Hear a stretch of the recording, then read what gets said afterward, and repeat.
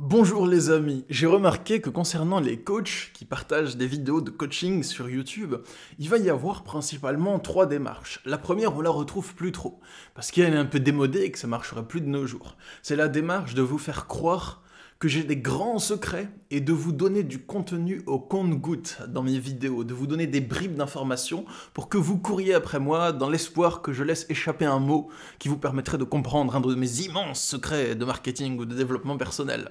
Mais ça marche plus trop parce qu'il y a tellement de personnes dans le milieu du développement personnel maintenant que les informations ne sont plus rares en elles-mêmes. Donc ça sert à rien de faire genre j'ai un secret que personne n'a.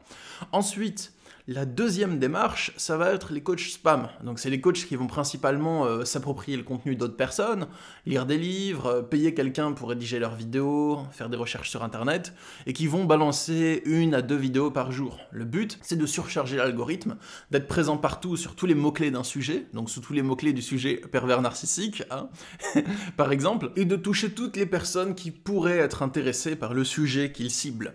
Mais le problème que vont rencontrer ces coachs-là, c'est que comme ils spamment de contenu et qu'ils donnent principalement le contenu des autres personnes qu'ils recyclent et qu'ils volent sur leur chaîne, en fait leur discours sonne plutôt creux. Donc pour quelqu'un qui découvre à peine le sujet, ils vont peut-être toucher beaucoup de gens, mais pour toutes les personnes qui vont s'intéresser de plus près au sujet, ils vont rapidement trouver les sources du coach et les gens plus intéressants à écouter. Et moi j'ai une autre démarche qui est ni dans l'un ni dans l'autre de ces deux modèles, et dans cette vidéo je vais vous expliquer quelle est ma démarche. Pourquoi je donne ce contenu sur YouTube de cette manière, et je vais aussi vous donner un bienfait caché. Donc c'est aussi une vidéo de développement personnel, c'est pas juste une vidéo où je vous parle de moi, et vous allez comprendre que le bienfait caché, il va vous révéler quelques secrets, je pense. C'est une prise de conscience que j'ai eue avant-hier, en écrivant de vidéos, mais je me suis dit oh, mais c'est ça qui est en train de se passer dans ma vie en fait, il faut que je partage. C'est parti les amis, on y va. Alors bonjour les amis, ici Stan Carré, sophrologue et coach en développement personnel et écrivain depuis 2015. Bienvenue sur Journal de bord, la chaîne de développement personnel avancé. La meilleure manière d'écouter cette vidéo, c'est comme d'hab, soit vous laissez la vidéo tourner pendant que vous faites autre chose, que vous faites le ménage, des tâches du quotidien, conduire, tout ça, ou bien vous pouvez écouter attentivement et vous poser devant, c'est l'heure de l'histoire. Donc, ma démarche sur YouTube, et ensuite je vais vous expliquer le but caché que j'y ai trouvé, c'était même pas conscient au départ, ma démarche sur YouTube, c'est que j'aime transmettre. Et j'ai envie de vous transmettre des compréhensions concernant le fonctionnement de votre esprit et de vos émotions. Et depuis que je fais ça, donc depuis que j'ai pris la caméra pour la première fois, j'ai jamais cherché à retenir des informations. J'ai jamais cherché à vous partager en vous faisant croire qu'il y a quelque chose d'immense derrière et que vous devez payer ultra cher pour trouver ce quelque chose d'immense. J'ai juste eu envie de prendre ma caméra, de me poser et de vous parler. J'ai pas eu envie de spammer non plus tous les mots-clés d'une thématique, parce que en fait c'est épuisant, ça me correspond pas, c'est pas une démarche authentique. Et quelque chose qui est super important pour moi, et vous le savez, hein, j'en ai parlé dans mes 2-3 dernières vidéos, c'est l'authenticité. J'ai envie que dans ce que je vous partage, vous sentiez que je suis pleinement moi-même, que c'est vraiment moi que je vous partage. Et mon but à chaque vidéo, c'est d'allier deux ingrédients. D'allier à la fois l'authenticité, donc je veux partager quelque chose qui vient vraiment de mon cœur, qui est vraiment vrai pour moi, et pas jouer un rôle dans le but de vous faire acheter ou un truc du style. Donc quand je vous partage mes retraites et tout, je vous les partage, mais je joue pas un rôle pour ça. Je vous dis clairement, voilà, j'ai une retraite prévue, si vous sentez l'appel, vous êtes le bienvenu, sinon il y a mes vidéos, enfin voilà. Donc le premier ingrédient, c'est l'authenticité. Et le deuxième, c'est la pertinence, parce que je veux que mes vidéos soient intéressantes. Des vidéos avec des personnes authentiques, on va en trouver plein, mais des fois ça peut aussi être des vidéos chiantes, hein, excusez-moi du terme, mais voilà, quand il y a quelqu'un qui fait pendant la vidéo, qui dit « Ah, qu'est-ce que je voulais dire ?» Et être authentique, ça veut pas dire forcément sortir un contenu médiocre, ou c'est pas pour juger la personne, mais je pense que si c'est un vlog, ok, mais voilà, je veux que mes vidéos, elles soient intéressantes. Que quand vous les regardiez, vous n'ayez pas l'impression de vous ennuyer, mais que vous soyez peut-être un peu captivé, que vous suiviez le fil, que vous vous sentiez happé dans ma vidéo. Et pour ça, ma démarche, c'est juste de raconter les histoires de la manière la mieux possible, de parler des problématiques de la manière la plus intéressante et la plus rythmée possible. C'est comme ça que je structure mes vidéos. Et j'ai jamais eu, donc, la démarche de retenir du contenu et de vous faire croire que je suis détenteur de secrets astronomiques que vous ne pouvez pas comprendre et que pour ça, vous devez rentrer dans mon multivers et acheter mes formations. Donc, oui, dans mes formations, j'ai fait un pack de coaching comment quitter un pervers narcissique. Dedans, il y a des infos que je donnerai pas sur YouTube. Tout simplement pour pouvoir apporter de la valeur aux personnes qui l'achètent, parce que c'est un programme qui est ultra complet. Et pareil pour mes retraites. Je veux que les personnes qui viennent aux retraites spirituelles, elles aient du contenu qu'elles n'ont pas sur YouTube. Donc oui, je donne pas absolument tout sur YouTube. Mais quand je parle d'un sujet sur YouTube, je dis tout ce que j'ai envie de dire sur ce point-là et sur ce sujet. Et je retiens rien dessus. Et c'est ça ma démarche. Donc il y a des sujets dont je ne vais pas parler sur YouTube parce que je veux du contenu pour les personnes qui viennent aux retraites, du contenu d'atelier, du contenu inédit, que les personnes qui viennent aux retraites, même s'ils regardent mes vidéos chaque jour, qu'ils aient l'impression d'apprendre quelque chose, qu'ils apprennent quelque chose, qu'ils découvrent quelque chose, qu'ils n'ont jamais entendu sur YouTube, même s'ils connaissent par cœur mes vidéos. Ça, c'est important. Mais quand je parle d'un sujet, je retiens rien dessus et je vous balance tout dessus. Et il y a quelques jours, j'ai découvert une utilité cachée à ça. J'ai compris, en écrivant une vidéo, j'ai réfléchi, j'ai eu une prise de conscience, j'ai compris que les personnes qui retiennent de l'information, et qui le font vraiment, donc qui ne vont pas tout donner en fait, c'est des personnes qui évoluent plus lentement. Du moins, c'est l'impression que j'en ai eue. Quand je vide mon cœur sur YouTube, et dans les vidéos, et aussi dans les ateliers de retraite, eh bien, au bout d'un moment, j'arrive au point zéro. C'est-à-dire que j'ai parlé de tous les sujets que j'ai envie d'aborder, et aussi j'en ai parlé de toutes les manières dont j'avais envie de les aborder. Et à ce moment-là, j'ai l'impression de me retrouver à sec. Et c'est là que la magie se produit. C'est là l'utilité cachée que j'y ai vue.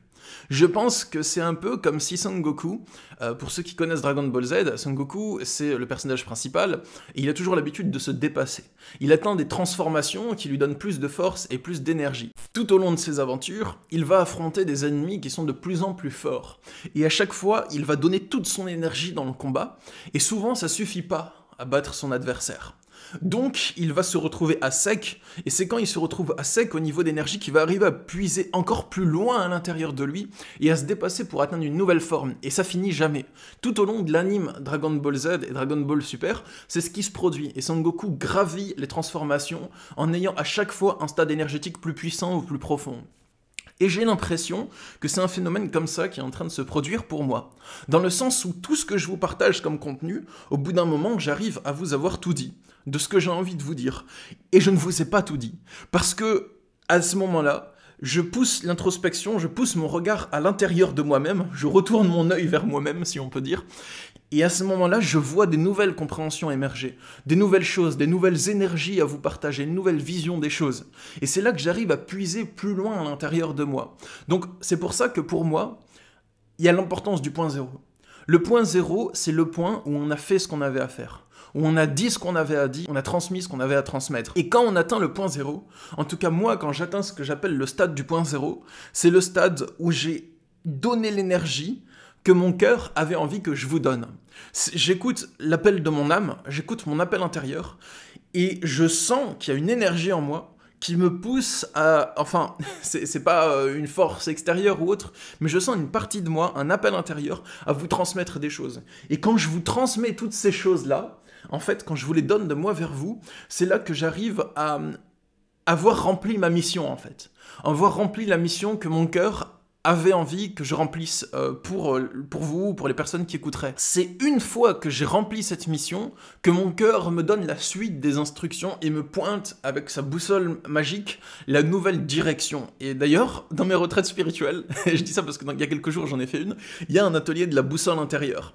Donc oui, il y a du contenu que je vous donne pas sur YouTube, c'est pour partager des autres choses dans les retraites, pour que les personnes soient enrichies des retraites. Mais sur YouTube et dans les retraites combinées, je vous donne tout ce que j'ai à vous donner. À ce moment-là, je sens que quand j'arrive à sec, mon cœur me donne de nouvelles instructions et me donne des nouveaux contenus à vous transmettre. Et je sens l'idée, l'inspiration de vous parler de nouvelles choses, d'évoluer encore. Donc je pense que cet outil de transmission que j'ai sur YouTube, c'est à la fois un moyen de vous aider à comprendre, à prendre du recul, à évoluer si on peut dire, et c'est aussi un moyen de moi-même évoluer en transmettant, parce qu'en transmettant, je délivre tout, j'arrive à sec, et ensuite quelque chose, une nouvelle racine émerge des profondeurs de mon être, et peut se déployer et prendre de la place. Et quand je vous ai transmis tous les fruits de cette nouvelle plante, eh bien il se trouve que de nouveaux fruits encore plus beaux apparaissent.